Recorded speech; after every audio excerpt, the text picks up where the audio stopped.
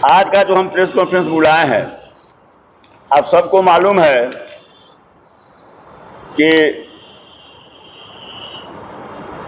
जातीय जनगणना की मांग वर्षों वर्षों से हमारे आदरणीय नेता लालू जी करते रहे हैं और एक मौका मिला, तेजस्वी जी डिप्टी सीएम बने। हालांकि जब नेता प्रतिपक्ष थे उस समय भी उनके द्वारा जो पहल किया गया था, सर्वदलीय बैठक बुलाई गई, माननीय प्रधानमंत्री से सर्वदलीय बैठक मिला माननीय मुख्यमंत्री जी के नेतृत्व में। लेकिन केंद्र जब तैयार नहीं हुई जातीय जनगणना करवाने के लिए और बिहार के सौभाग्य से आदरणीय तेजस्वी जी को डिप्टी सीएम बनने का मौका मिला। बिहार में जातीय जनगणना हुआ और जातीय जनगणना के आधार पर आरक्षण की सीमा बढ़ाई गई और उसके बाद जो भी नियुक्तियां हुई बिहार में, शिक्षक नियुक्ति हुई और भी विभाग में नियुक्ति, लगभग 5 लाख नियुक्तियां हुई। उन नियुक्तियों में जो आरक्षण का दायरा जो बढ़ाया गया,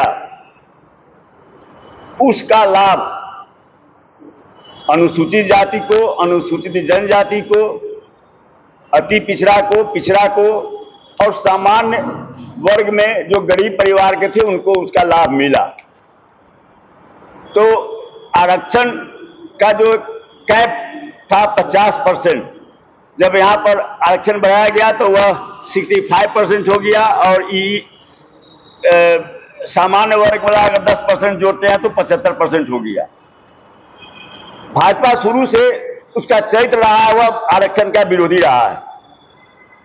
किसी न किसी रूप में वह विरोध करते रहा है। जब भी चाहे आदरणीय जननायक कर्पूरी जी के समय में आरक्षण लागू किया गया हो या आदरणीय बीपी सिंह के समय में मंडल आयोग का अनुशंसा लागू किया गया हो, भाजपा जो है सो किसी न किसी रूप में इसका विरोध ही करते रहा है। बिहार में भी हुआ तो इसके खिलाफ में पहले तो जातीय जनगणना के खिलाफ में न्यायालय का सहारा लिया गया, उसमें सफलता नहीं मिली। तो फिर आरक्षण का जो सीमा था उसको जो बढ़ाया गया, इसके खिलाफ पटना उच्च न्यायालय में रिट फाइल किया गया।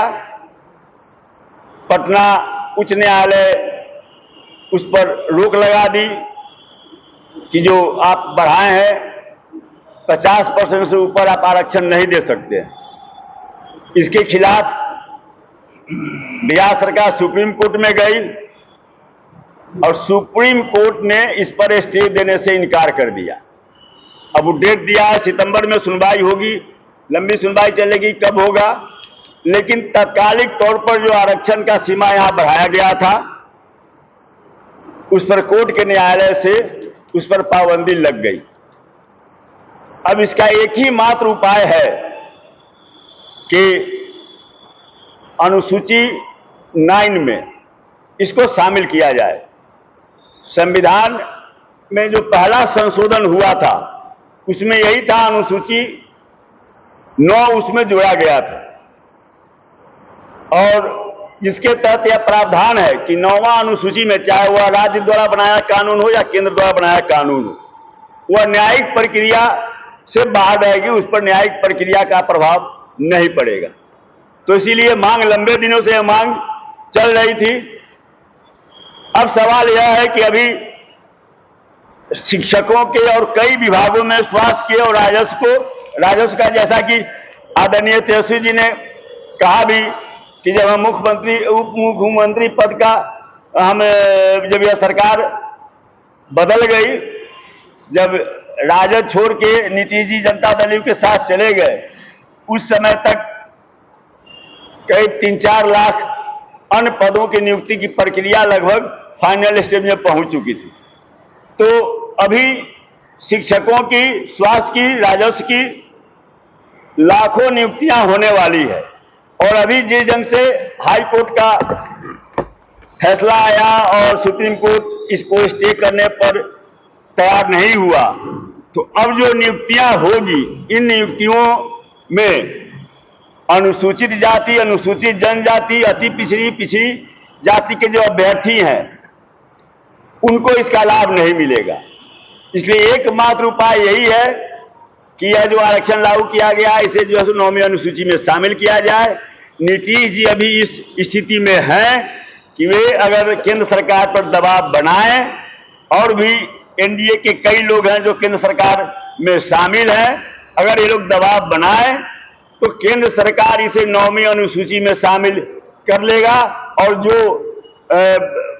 इसका लाभ से जो वंचित होने वाले हैं ऐसा नहीं होगा। सरकार, चूंकि सरकार कभी भी, जो भाजपा जदयू की सरकार रही है, नौजवान विरोधी रही है, रोजगार विरोधी रही है, कभी नहीं चाहती कि नौकरी मिले किसी न किसी बहाने में। पहले भी आप देखे हुईगा, महागठबंधन सरकार बनने के पहले कि लटपटाते रहा है।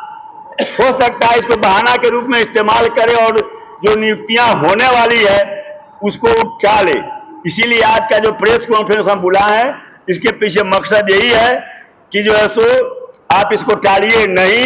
जो प्रक्रिया चल रही है इसमें इस बढ़े हुए आरक्षण का लाभ बिहार के अभ्यर्थियों को मिलना चाहिए, और इसलिए आप दबाव बनाकर 9वीं अनुसूची में इसको आप शामिल कीजिए।